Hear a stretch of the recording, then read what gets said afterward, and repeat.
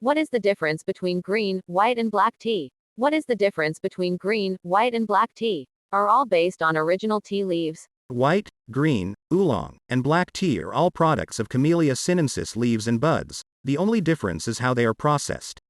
You can turn the plant matter into any of the varieties. Different sources will give different accounts of the processing steps, but in rough order of least to most processed. White tea is minimally processed and not oxidized, meaning it retains the natural antioxidants, but does not develop as much flavor, color, or caffeine. Sweet or flowery flavors are characteristic. Chinese silver needle white tea.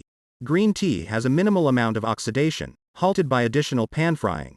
Chinese teas, or steaming, Japanese, steps. The additional processing brings out more flavor, and allows for caffeine to develop, at the cost of a reduction in antioxidants. Characteristic flavors are grassy, vegetal, and earthy, with sweet notes. Japanese sencha. Oolong tea gets partial fermentation, and often an additional shaking, bruising step that release additional flavors. Oolong can range in color from dark green to black. The combination of bruising and partial fermentation give many oolongs distinct flowery and earthy flavors. Darker oolongs may have buttery or smoky tastes to them.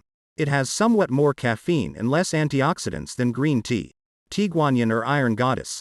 Light oolong, black oolong.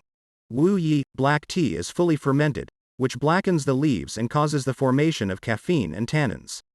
It generally possesses the most robust flavor and highest level of caffeine, but the least antioxidants.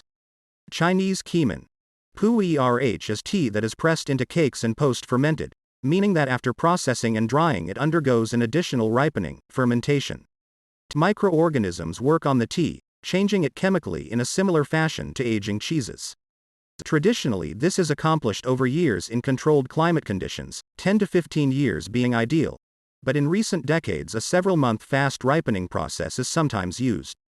Pu-erh develops a richer, more complex flavor, and has the widest range of flavors of any of the varieties. Before post-fermentation, it may resemble a white, green, or oolong tea, but the ripening process can impart darker black tea flavors, giving a unique character. Pu-erh cake rooibos, sometimes called red tea, is made from another plant entirely, Aspalathus linearis. It is a traditional South African infusion, prepared like a black tea but without caffeine. There are two varieties, green and red. Green is unoxidized, where red is oxidized. Rooibos is characterized by a sweet, woody, malty flavor. Health-wise, it is a source of antioxidants, may aid in digestion, and some say it may aid with nervous tension and allergies. Yerba mate is from the South American plant Ilex paraguayensis, whose leaves are steeped like tea. It is generally toasted in processing, and produces a brew with caffeine similar to coffee.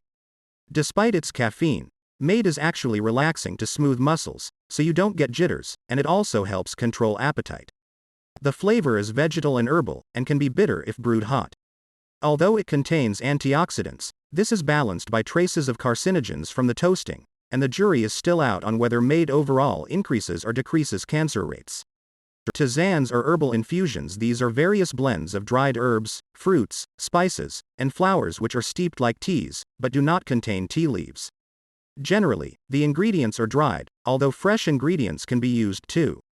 To confuse matters further, black and green teas may also have flavorings added to them, giving a similar result.